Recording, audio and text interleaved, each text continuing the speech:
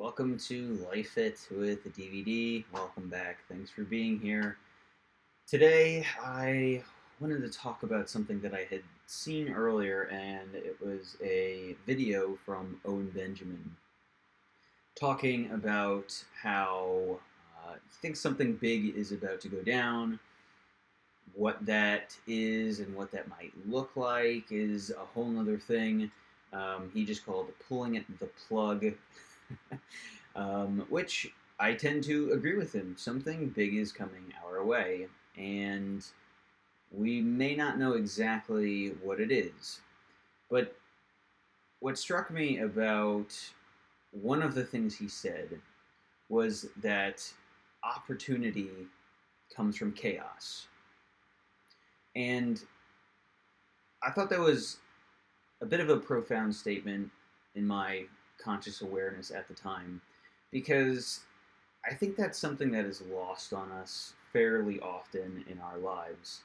And when we go through times of chaos and turmoil and we're experiencing stress and anxiety around these things, good things have the opportunity to come from them if we are able to get our wits about us and navigate it appropriately.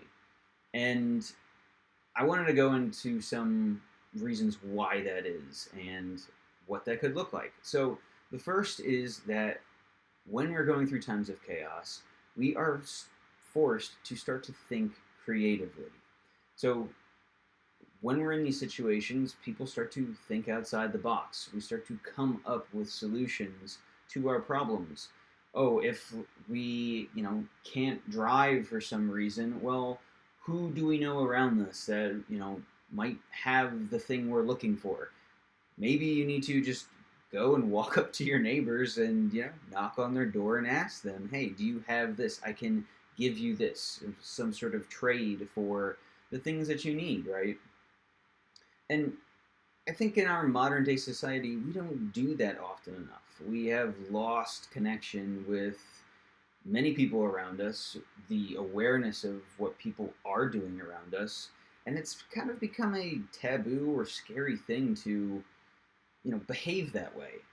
But I think in times of chaos, this is the sort of creativity, and it's not even like it's that creative, but the things that we need to think about, to think differently, to solve our problems. Because ultimately, in these times of chaos, it really is just an opportunity to problem solve and solve things differently that will take us out of our comfort zone. So, this can lead to innovative ideas, approaches that might not have been considered in more stable, comfortable circumstances. And, this also can look like, if a company is in crisis, such as the regional banking crisis that is taking place right now, where many of these banks are defaulting and their stocks are plummeting 50 to 80% per day right now. They're exploring sales for their business, and well, bigger businesses or bigger banks are buying them. But it forces companies, people to adapt and to think of different models and products that they might not have otherwise considered. So creativity is just one way to go about adapting to the chaos. But the next is being adaptable, right? In times of chaos, well, people that are more adaptable and are psychologically, emotionally more resilient are going to be able to pivot quicker and thrive in situations like this. And I know this is one thing that is kind of hard for me. A lot of people are very fixed in their routines. They do what makes them feel comfortable. And there isn't a whole lot of adaptability in their day-to-day lives because, well, many of us have streamlined our lives so that we can be very specialized in the jobs that we have, the routines and the things that work for all of us around us. But in these times where there's incredible uncertainty and a lot of chaos, a lot of instability, well, things might need to be brought back and kind of centralized to what is really important. What do we need, not what do we really want. We might not have an option of what we want, right? So instead, what are the key things that we need to remember, right? On a physiological, biological level, right? I mean, I'm just thinking about food, water, shelter, the basics, right? And then taking care of people around you, your family, and appreciating all of these things that you have, right? Those are the things that really matter. The things that we have in our modern day life, and being able to see TV and watch whatever we want, and seeing all of these different perspectives and social media and the entertainment of it all, really, the entertaining your mind. That's what the word actually means. It's a distraction from being in the present and focusing on the things that truly matter. And in these times of chaos, right, there's an opportunity to change from this. So those that adapt are going to be able to take more appropriate risks and adjust their strategies on the fly. And then the last reason or way that we can adapt to, or take opportunities from the chaos, is from disruption, right? When we have disrupted routines, patterns, jobs, this creates an opportunity for change. It breaks the pattern. It breaks some of the patterns that are good, but also some of the bad ones as well. And there might be things that we don't even know that are bad for us, that by having a huge shock to our system, whether that be technological, personal, social upheaval, right? It'll lead to new ways of, once again, adapting and coming up with something new that we didn't really realize that we needed or we wanted or that felt better, right? So I just wanted to kind of go over this right now because the world really is heading into a super chaotic place. It has been chaotic for a long time, as I'm sure many of you are already aware of. But I think we have more chaos to go through. And it's not just looking at this chaos and saying, oh my gosh, what am I going to do? I haven't prepared. I don't even know what I would do, right?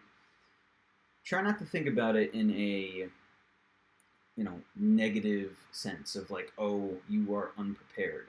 Just start to try to think differently. Try to behave a little bit differently. Become more present and in the moment. And I know that's really hard to do because we just get so worked up about some of the smallest things sometimes. But and I mean, this happens to me on a day-to-day basis where I just kind of get caught in thinking about certain things that are really they don't matter. And it's good to clean house. And when I say clean house, organize your space, organize your digital space, your emails, your tabs that you might have up on your windows, your tasks. What are the priorities? And when you can simplify things down, whether it's just looking at opportunities, like being on the offensive and like, oh, I want to try this new product, or oh, this might be an interesting thing to research, but does it matter? Does it matter to you? And trimming these things back, pruning them, and once we're able to kind of get more organized mentally, and I find this helps a lot, clearing things out, it makes me be able to be in the moment better. It improves my meditation. I talked yesterday about meditation, and it's funny because while I was meditating today, I thought of like 10 other things I wish I said in that video, but did not. So maybe I'll have to make another addendum to that video I did yesterday. of how to meditate better, why it's not working for you. Maybe I'll link that here. I guess that's a good idea.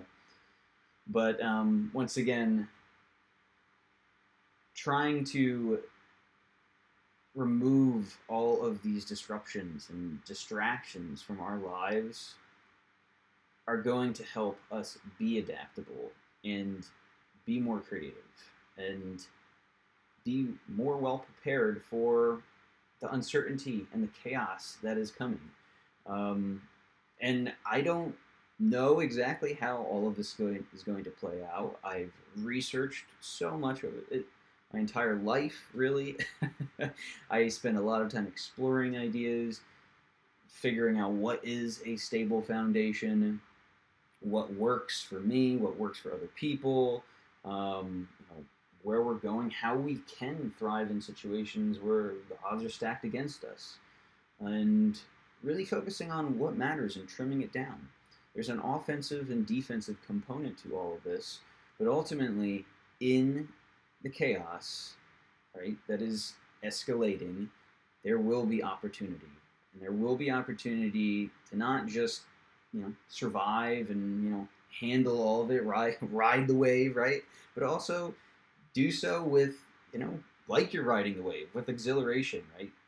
There's a reason to get excited in some of this stuff, right? Because it leads to us feeling more alive in the process. And isn't that what life is about, right?